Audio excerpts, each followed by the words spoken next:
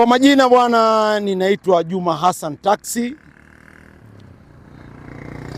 mwenyeji wa mji huu wa Singida. Kwa jina lingine labda ningependa kusema wanapenda kunita Chuck Norris. Mimi kwa bahati nzuri au bahati mbaya ni mjumbe wa halmashauri kuu ya mkoa wa Singida. Pametokea sintofahamu ndani ya mkoa wa Singida. Hii sintofahamu ndani ya mkoa wa Singida sijui inaletwa na malumbano gani, lakini tumeangalia ndani ya mitandao,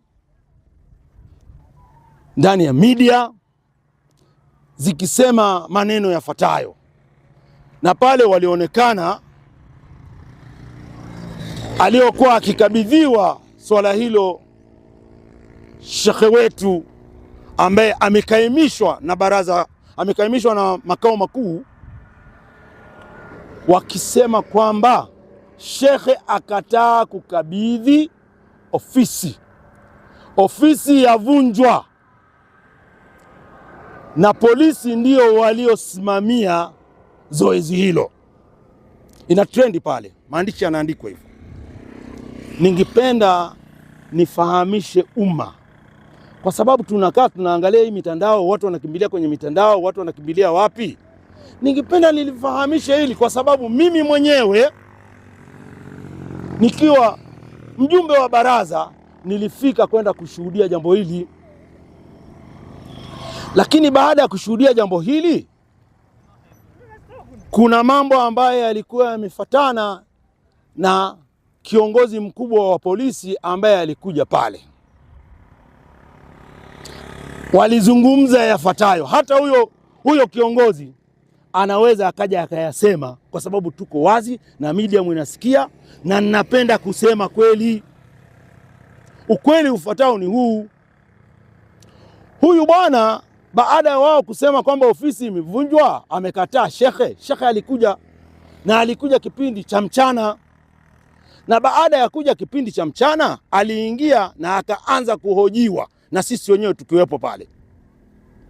Aliambiwa, bwana shekhe, unatakiwa usaini, ukubaliane na haya ili tuweze kupata taratibu hizi. Shekhe akamwambia sawa, mimi iwapo nitasaini masuala haya, mbona watu wameshaingia na kuvunja ofisi mimi wakati sipo? Ofisi imeshavunjwa. Yule bwana akasema kweli ofisi imevunjwa, lakini imevunjwa kwa utaratibu ambao sisi hatukuwa mashahidi wa kushuhudia hiyo, kwa sababu si haturuhusiwi.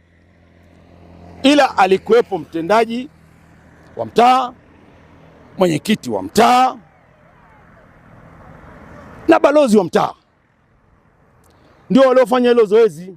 Lakini sisi tunachokuomba bwana shekhe wa mkoa, kwa sababu hili limekuwa na limeagizwa kutoka kule, basi angalia vitu vilivyokuwa hapa na kadhalika, ili uweze kujua, muweze kukabidhiana kuhusu hili swala.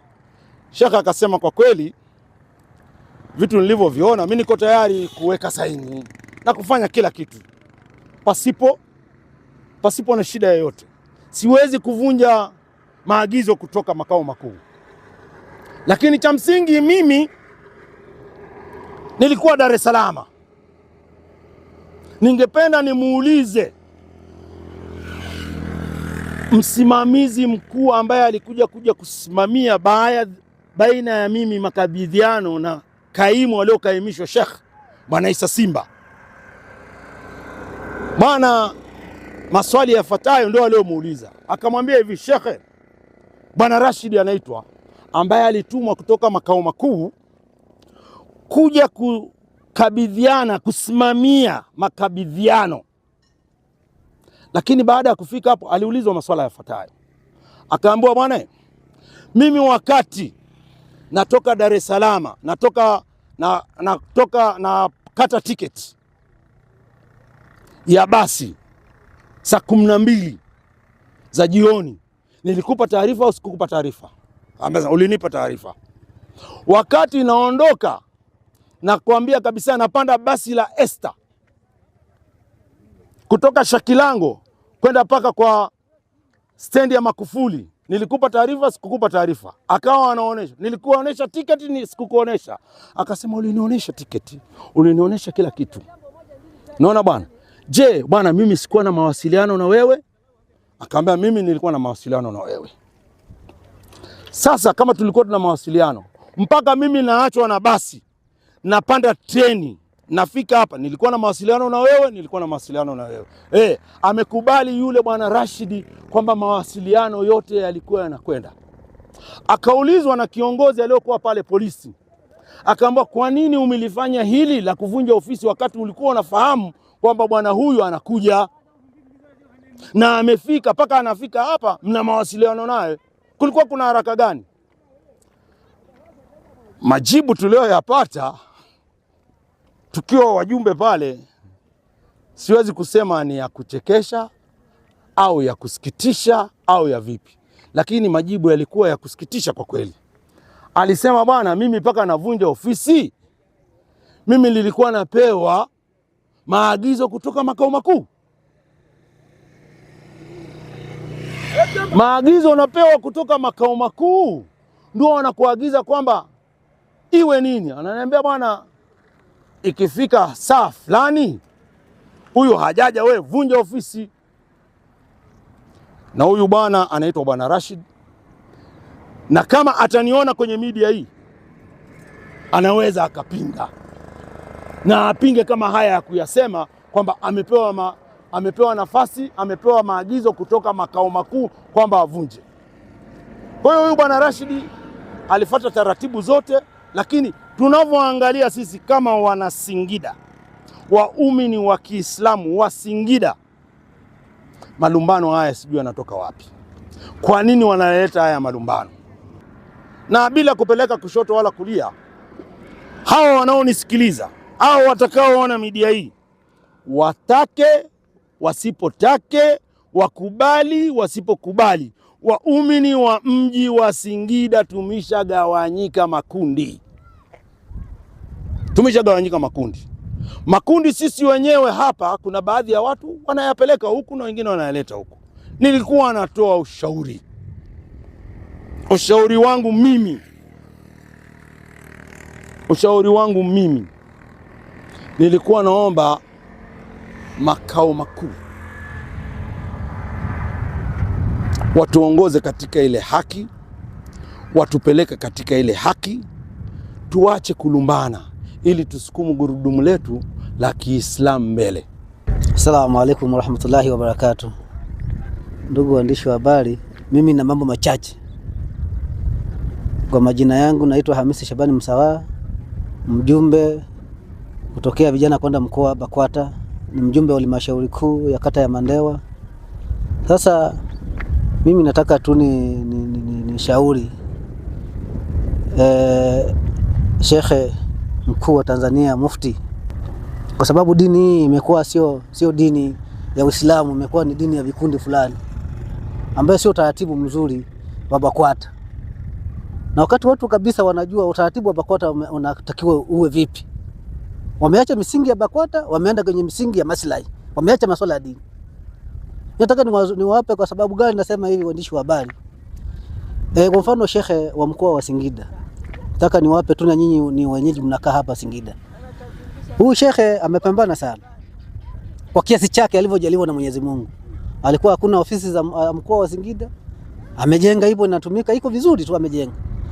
Kulikuwa kuna eneo limeuzwa la Uislamu Manga pale, amerudisha, na nyinyi mashahidi.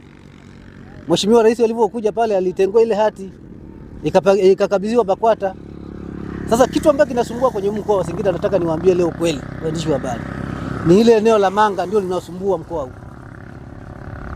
Ile eneo la Manga ndio tatizo na chumbuko kubwa la kuleta hii migawanyo, mara mtu asimamishwe, mara huyu kaimu. Shida ni eneo la Manga linataka kuuzwa. Eneo limesharudishwa kwa Uislamu, mara wanaambiwa tununuliwe lingine, mara ambiwa tufanye la nini. Sisi eneo hili ni la Uislamu, na mchoro tayari Sheikh mkuu ameshatoa, na tafali tayari zishanunuliwa, inatakiwa ile eneo lijengwe zahanati. Kweli watu wana mapungufu, binadamu watu na mapungufu. Hata sisi huko taifa naye tuna mapungufu yetu. Nataka niwaambie waandishi wa habari, nawaambie Waislamu wa mkoa wa Singida na taifa jumla, tuangalie sana dini. Lakini hawa wasomi ambao wamesoma na wamekalia viti wanatusumbua sana. Wanatusumbua sana kwa sababu gani? Wanaleta mambo ambayo hayaeleweki. Migogoro kila siku mkoa wa Singida, huyu ateuliwe, huyu angaliwe, huyu asikaimishwe. Maana yake ni nini? Kuna shida gani Singida? Lile baraza la mufti makao makuu wakae kwenye kiti chao, waenea kwenye viti vile. Waumini Waislamu wamewaamini, ndio maana wamepewa pale. Sisi tunajua haya, nasema na maana nakwambia chimbuko linatoka wapi, mgogoro unatoka wapi.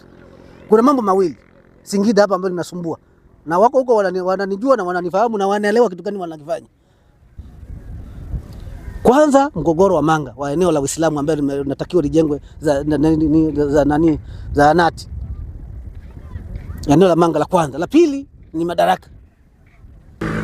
Shekhe wa mkoa wa Singida amefanya kosa lipi? Yaani kosa gani ambaye paka litokee hili? Ni kosa lipi? Mbona watu hapa wameuza eneo la Manga na wamepandishwa? Yaani eneo limeuzwa la Uislamu na mufti amesema tuache mazoea, tujitambue, tufanye kazi ya dini. Sasa inakuaje eneo ambayo sisi shekhe amerudisha, anataka kujenga zahanati, alete maendeleo ya Uislamu, mnamtengua. Wale walioliuza mnawapandisha. Maana yani nataka nijue kuna shida gani? Mimi sijawahi kusema mambo haya ya dini, lakini yamenigusa, ndio maana nimeamua nikusema. Huu utaratibu sio mzuri, tunadhalilika kila siku mkoa wa Singida. Shekhe ni mtu wa kwenda kukemea maovu na kuamurisha mema, na kwenye misikiti ambaye limeshauri tayari ilishaandaa miradi ile, shekhe aende kufungua ile miradi yao. Asalamu alaykum wa rahmatullahi wa barakatuh. Mwenyezi Mungu awabariki sana.